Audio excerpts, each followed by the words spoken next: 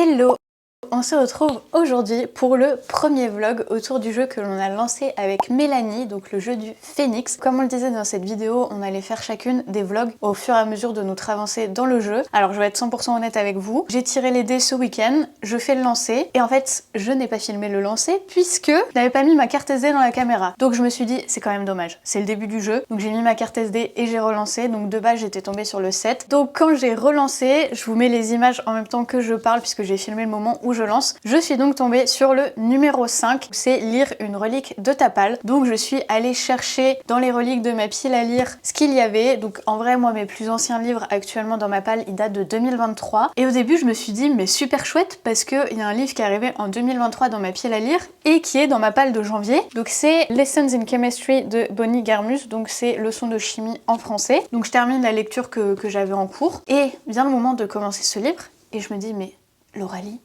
c'est un challenge de l'imaginaire autour de la SFFF que vous avez lancé avec Mélanie. Ça, c'est pas du tout de la SFFF. Donc non, ça ne marche pas. Donc j'ai été chercher dans les reliques de ma pile à lire que j'ai donc depuis 2023. Et il y avait donc les dépossédés d'Ursula Le Guin, je sais toujours pas. Et il y avait l'Empire d'écume d'Andrea Stewart. Donc là, le tome 3, la guerre des éclados. Et je me suis dit que c'était plus raisonnable de lire celui-ci parce que ça me permet de terminer une saga. Donc dès le mois de janvier, je termine une saga, ce serait quand même pas mal. Le tome 2, je l'ai lu, j'ai été voir sur Goodreads, je l'ai lu en mars 2022. Donc vraiment là, les souvenirs, ils étaient très anciens. Je me suis dit, je vais aller voir sur le site de Summary's Books si elle a fait du coup des résumés du tome 1 et du tome 2. Et alléluia, oui, elle avait fait les résumés détaillés des deux livres. Donc ça m'a permis de me remettre vraiment en tête toute l'intrigue. Donc je l'ai commencé hier soir et j'ai lu 66 pages et je dois dire que pour l'instant je suis pas très à fond dedans. Je trouve que c'est très gnangnan, il y a deux personnages qui ont des pensées l'un pour l'autre, des pensées amoureuses et en fait c'est gnangnan à souhait. Donc je sais pas trop. Je sais pas trop ce que ça va donner pour la suite. En plus c'est un beau bébé de 697 pages. Donc ouais, j'espère que ça va s'améliorer sur la suite et qu'on va moins avoir ces pensées intrusives hyper gnangnan. Mais de toute façon dès que j'ai un peu avancé, je vous dis ce que j'en pense. Donc voilà pour ma première lecture du challenge.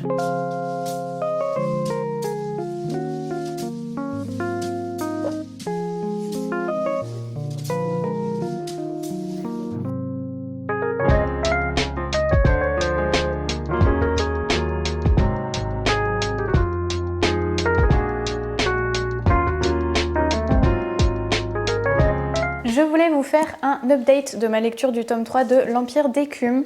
Je suis page 397 au chapitre 28. Je crois qu'il me reste pile 300 pages parce que si mes souvenirs sont bons, il fait, donc c'est ça, 697 pages. Là où je m'étais arrêtée dans le premier update que je vous ai fait, je vous disais que je trouvais qu'il y avait quelques échanges un peu niais, un peu gnangnan. Ça va être deux personnages en fait qui, quand ils vont penser l'un à l'autre, vont avoir des petites pensées que je trouve un peu enfantines. Mais voilà, ça c'est le petit truc qui m'agace un peu au cours de la lecture, enfin m'agace, c'est un terme un peu fort. Hein. Mais avant d'aller plus loin dans mon update, je vais plutôt vous faire un résumé du tome 1. Donc dans le premier tome, on est au cœur d'un empire qui a mis en place un espèce de tribu qui en fait prélève un éclat d'os derrière l'oreille des enfants. C'est une pratique qui est extrêmement dangereuse et en fait l'empereur il a mis ça en place puisqu'il utilise donc la magie des os et avec donc ces os qui sont prélevés sur les enfants, il crée des concepts qui sont à sa merci et qu'il dirige. Grâce à ça, il a une mainmise sur l'Empire et c'est un peu un régime de terreur, donc forcément il y a des factions rebelles qui se mettent en place. Et au départ, nous on suit Lynn qui est la fille de l'empereur et étrangement, elle a complètement perdu la mémoire. Elle va en fait essayer de gagner les faveurs de son père qui est quelqu'un qui n'est pas très aimant et pour ça, elle va se former en secret à la magie des os, sauf que forcément, elle va aussi découvrir des secrets que cache son père. Donc j'avais vraiment beaucoup aimé le tome 1 et aussi tous les autres personnages que l'on découvre puisque c'est une saga avec plusieurs points de vue, donc c'est un roman choral et j'avais vraiment aimé tous les personnages qu'on découvrait et notamment Méfie. Je ne dis pas qui c'est, mais si vous avez lu le premier tome, vous savez de qui je parle. Et pour ce qui est du tome 2, j'avais bien aimé, un peu moins que le 1, mais j'avais quand même apprécié ma lecture. Et là, pour le tome 3, alors Comme je vous le disais, il y a quelques pensées que je trouve un peu niaises, mais sinon je trouve que ça reste dans la lignée du tome 2. Donc je passe un bon moment de lecture, ça se lit tout seul. Après je trouve que comme souvent en young adult, il peut y avoir des facilités narratives et là je trouve que c'est un peu le cas. Les personnages arrivent à se sortir plusieurs fois de choses qui se passent où normalement, enfin ça devrait pas être le cas, mais bon soit. Mais sinon je ne m'ennuie pas, chaque personnage a un petit peu sa quête et comme on alterne entre eux, il n'y a pas ce côté long parce que le livre fait quand même 700 pages. Et aussi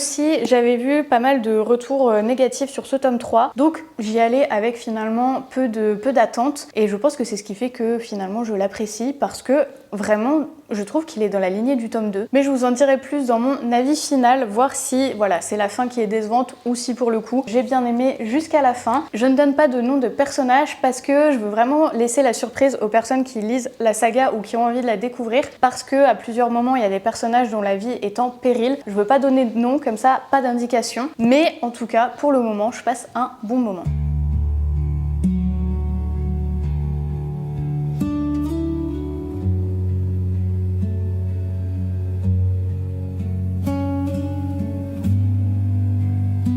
J'ai terminé l'Empire d'Écume il y a quelques jours, donc il est temps de vous faire mon update final sur ce tome 3, donc la guerre des Éclados. Et finalement ça a été une bonne lecture, j'avais vu passer quelques avis mitigés, donc j'avoue que j'y allais un petit peu à reculons. Finalement, bonne lecture, j'ai mis un 3,5, j'ai trouvé que c'était une conclusion satisfaisante, donc franchement je suis contente d'avoir terminé cette saga. Je ne sais plus si j'en avais parlé dans mes précédents updates, mais le tome 3 commence après une ellipse de 2 ans, donc j'ai trouvé que c'était un choix narratif vraiment pertinent, puisque la manière dont se termine le tome 2, en fait ce choix est pertinent puisque ça permet donc à la situation de l'Empire d'évoluer, aux situations des personnages également d'évoluer, et donc voilà, j'ai trouvé que c'était pertinent comme choix. Ensuite, je trouve que ce qui fait la force de cette saga, c'est vraiment son univers. La magie des os, les concepts, également le fonctionnement des îles, et on apprend beaucoup de choses dans ce tome 3. Donc voilà, je trouve que l'univers, le système de magie est hyper intéressant et c'est ce qui fait vraiment la force de la saga l'Empire d'Écume. Après, j'avoue que là, vers la fin,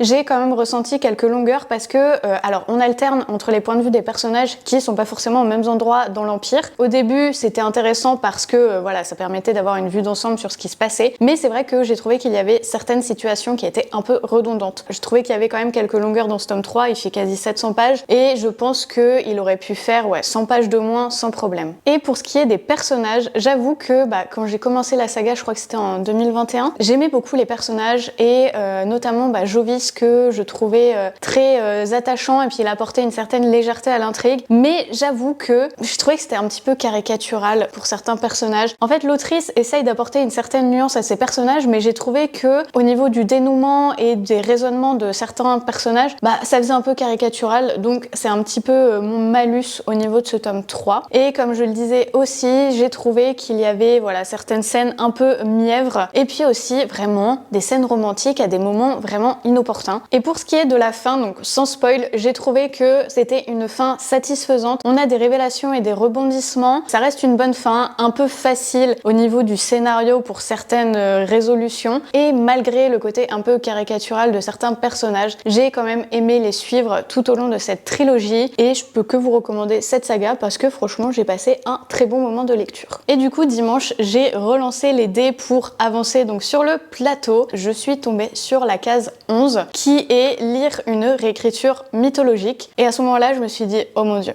mais je crois pas que j'ai ça dans ma pile à lire, parce que en plus de ça je n'achète pas de livres puisque je fais mon challenge, je vide ma pile à lire. Donc j'ai eu un petit moment de tachycardie en mode ça va pas marcher là, je vais pas trouver de livres. J'ai été voir avec Mélanie dans ma desserte, et alors j'avais une réécriture historique mais il n'y avait pas de fantasy dedans, donc ça ne marchait pas puisque là c'est un challenge SFFF. Je regardais sur Babelio tous les livres, s'il y avait mythologie dedans, pas grave, si c'est pas une réécriture mythologique mais qu'il y ait un fond de mythologie. Et là Mélanie me dit mais regarde tel livre. Je regarde et il y avait mythologie dans les mots-clés. Et là j'ai fait allez c'est bon, c'est signé, je me lance dans ce livre là. Et il s'agit donc des Maîtres enlumineurs de Robert Jackson Bennett. Alors là du coup j'ai 2 de ces sagas en cours puisque j'ai lu le tome 1 de donc La Cité des Marches en 2025. Donc depuis dimanche j'ai lu 163 pages et franchement ça se lit tout seul, j'aime beaucoup. Pour ce qui est de l'intrigue, l'histoire se passe dans la ville de Tevan, et en fait cette ville elle repose sur une magie qui est l'enluminure. Et pour essayer de vous expliquer ça, l'enluminure en fait fait,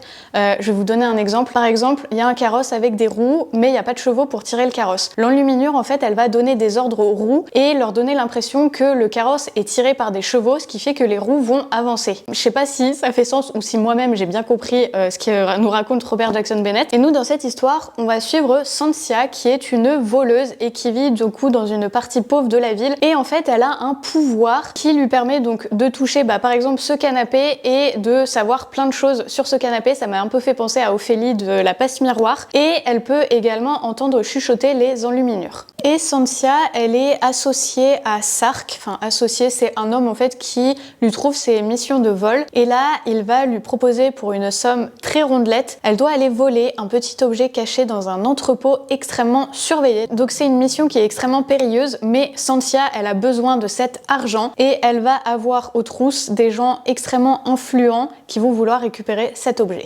Donc voilà pour ce qui est de l'histoire. Et j'avoue que moi, j'aime bien les histoires où voilà, il y a des vols qui sont mis en place, il y a des cambriolages. Donc déjà ce début, j'ai été très conquise. J'aime beaucoup la façon dont le système de magie, donc l'enluminure, nous est expliqué. J'ai vu des gens dire que c'était de la SF fantasy cyberpunk. J'avoue que moi quand je lis, j'ai plus l'impression de lire de la fantasy steampunk. Mais ouais, j'ai vu des personnes comparer ça à Arcane. Donc bon, je vais voir en continuant ma lecture. Mais pour le moment, j'aime vraiment beaucoup.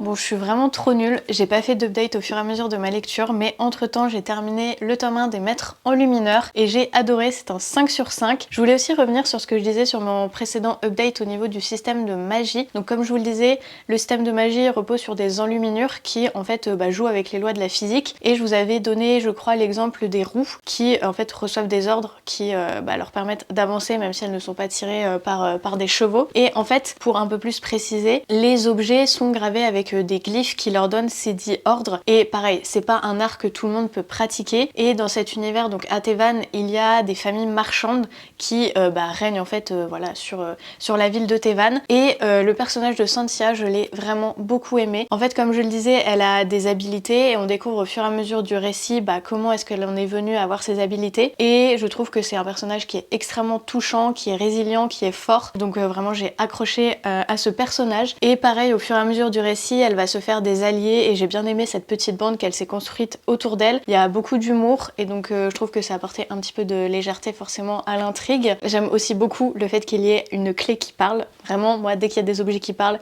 que ce soit des épées ou autres, j'adore. Donc forcément cette partie-là de l'intrigue, j'ai beaucoup aimé. Et ensuite, pareil, il y a donc, comme je le disais dans le résumé, le premier braquage où Cynthia doit aller dérober un objet, un artefact, et c'est ce qui va du coup enchaîner derrière tous les problèmes qu'elle a. Et en fait, tout au long du récit, plusieurs fois, Cynthia va devoir en fait commettre des intrusions, des espèces de braquages. Et comme j'aime beaucoup ça dans les livres, forcément là, j'ai été conquise avec celui-ci. Et pareil, franchement, la fin, je trouve que ça amorce une suite hyper prenante et on sent que voilà, il va encore se passer beaucoup de choses dans cet univers et que Cynthia et ses alliés ne sont pas au bout de leur peine. Et aussi je voulais ajouter que je trouve que le système de magie est hyper intéressant et hyper bien construit. C'est vraiment un des gros points forts de ce roman et on sent qu'il y a encore plein de choses à faire avec ce système de magie et que dans la suite ça va encore se développer et s'étayer. Donc vraiment j'ai très hâte. Et aussi que je précise, parce que ce livre je l'ai choisi donc pour le côté mythologique comme c'était le prompt sur lequel j'étais tombée. Et en fait on découvre au fur et à mesure de l'histoire tout un lore autour justement de cet artefact que Cynthia a dû voler. On le découvre au fur et à mesure de l'intrigue, je vais pas plus développer pour laisser la surprise. Et franchement je ne peux que vous conseiller de lire Les Maîtres Enlumineurs, ça a été une excellente découverte, j'ai trop hâte de plonger dans la suite. J'espère que le tirage va me permettre de vite lire la suite parce que j'ai trop hâte de retrouver Cynthia et ses alliés.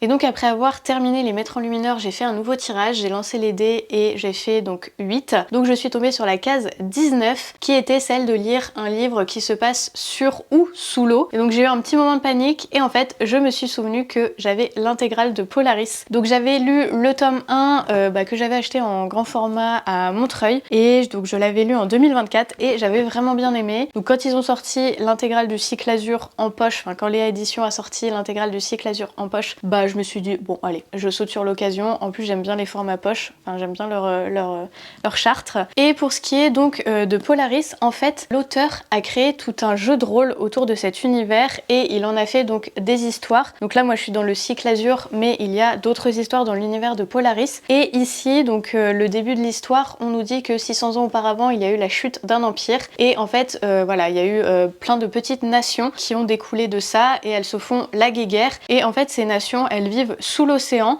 puisque bah du coup en dehors de l'océan la vie n'est plus possible. Et nous ici on va suivre l'équipage de la station Nemo. Ça fait un moment qu'ils n'ont pas eu de ravitaillement et donc ça commence à devenir un peu critique pour eux puisque bah forcément ils commencent à ne plus avoir suffisamment de vivres. Donc l'équipage panique et donc à partir de là on va découvrir des choses sur cette station, pourquoi est-ce qu'ils sont laissés à l'abandon, pourquoi est-ce qu'ils ne sont pas secourus. Et j'avais beaucoup aimé le tome 1 donc très contente de plonger dans le tome 2. J'avoue que alors j'avais en tête tous les événements qui se sont passés mais c'est vrai que dans le livre on voit passer beaucoup de personnages, enfin au niveau de l'équipage et toute l'histoire du tome 1. Donc quand j'ai commencé le tome 2 j'étais en mode oh, qui sont ces personnes ? Qui sont donc ces personnes. Donc j'ai été relire le dernier chapitre et l'épilogue du tome 1 et pareil j'ai regardé quelques chapitres par-ci par-là pour me remettre en tête qui était tel et tel personnage. Donc voilà, maintenant je suis lancée dans le tome 2, j'ai lu une 50aine de pages et bah voilà, je vous ferai un update dès que j'ai un peu plus avancé.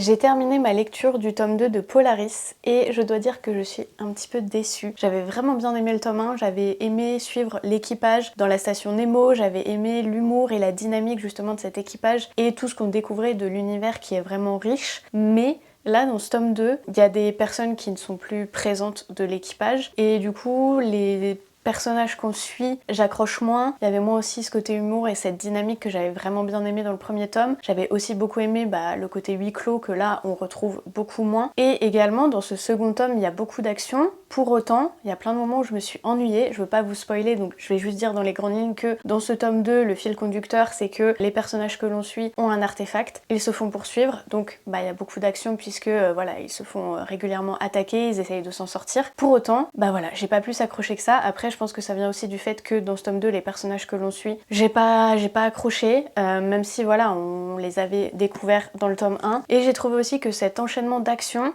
ça pêchait du côté du développement justement de l'intrigue des personnages et de l'univers, même si on apprend beaucoup de choses et on sent que c'est un univers qui est hyper étendu, mais j'aimerais le retrouver davantage dans le livre. Et en fait là dans le livre on a un bref historique de l'univers de Polaris, mais ça en fait j'ai envie de le retrouver à l'intérieur de l'histoire, j'ai pas envie de devoir lire un petit fascicule après l'histoire. Et en fait j'ai eu ce sentiment du tome 2 de transition. On sent que voilà, dans le tome 3 il va aussi se passer beaucoup de choses et qu'on va avoir beaucoup de réponses à nos questions, mais ouais, j'ai vraiment eu cette sensation du tome 2 qui est là pour remplir le trou. Donc je reste un petit peu sur ma faim avec ce tome 2, j'ai quand même envie de lire la suite, mais je reste forcément un peu déçue parce que j'avais vraiment bien accroché au tome 1, donc j'espère retrouver cette étincelle avec le tome 3 et donc la conclusion de ce cycle Azur. Je vous retrouve quelques heures après le dernier plan que vous avez vu, parce qu'en fait de base j'avais conclu le vlog avec ma lecture de Polaris, sauf que là j'ai retiré les dés et en fait je suis tombée sur la case 26 et c'est lire un graphique de SFFF, sauf que j'en ai pas dans ma pile à lire, donc j'ai demandé à Mélanie qui elle en a dans sa bibliothèque d'en choisir un pour moi. Elle m'a choisi Lightfall et du coup je me suis dit que plutôt que clôturer le vlog avec Polaris et de commencer le second vlog avec la BD,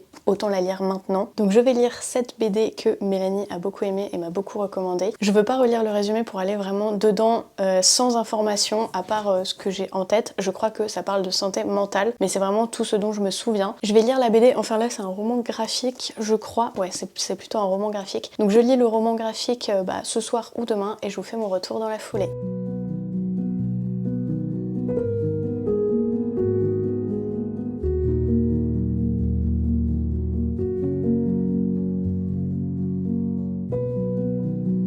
J'ai terminé Lightfall ce matin et j'ai vraiment beaucoup aimé. Dans cette histoire, on suit donc Béatrice qui vit avec son grand-père qui est un espèce de cochon sorcier. Et en fait, on voit dès le début que son grand-père commence un peu à perdre la tête. Il y a pas mal de post-it et tout pour lui rappeler des choses. Et il va confier une tâche à Béatrice qui va donc partir de la maison pour faire cette tâche. Et quand elle va revenir, son grand-père a disparu. Et Béatrice, elle souffre d'anxiété, donc elle va prendre son courage à deux mains pour partir à la recherche de son grand-père et savoir du coup où est-ce qu'il est. Et sur son chemin, elle va tomber sur Cad, qui fait partie du peuple des Galduriens. Et en fait, c'est un peuple qui a disparu depuis un certain temps et il essaye de retrouver sa famille. Et en fait, tous les deux, ils vont partir ensemble à la recherche du grand-père de Béatrice puisque Cad le connaît également. Et en fait, on va suivre toutes leurs aventures. Et déjà, ce que j'ai beaucoup aimé, c'est les planches. Enfin, les dessins sont vraiment magnifiques. Je vais vous montrer quelques exemples. Enfin, déjà là, vraiment de toute beauté. Et il y a aussi des grandes planches, des planches comme ça, qui sont vraiment trop belles.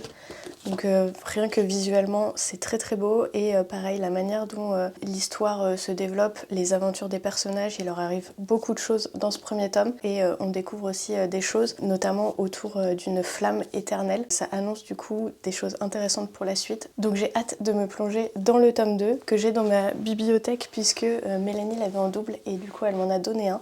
Donc je pense que je vais très vite le lire. Ce que j'ai aussi beaucoup aimé c'est le personnage de Béatrice. Donc elle souffre d'anxiété et pareil la manière dont c'est dépeint dans le récit, je trouve que c'est vraiment très bien fait. Par exemple ça va être des planches comme ça, donc on la voit ici et on voit tout ce qui lui passe par la tête.